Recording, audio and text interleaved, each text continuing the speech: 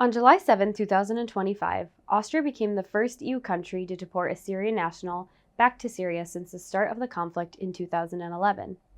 The man had been granted asylum in 2014, but had his status revoked in 2019 after he served a 7-year prison sentence for a criminal conviction. Before his release, he reapplied for protection, but Austria rejected his claim, citing a country of origin information report issued by the EUAA that openly admits it lacks information on the treatment of returnees. Despite the fact that the ruling was initially blocked by the European Court of Human Rights, they later allowed it, citing that there was no proven risk to his life upon return.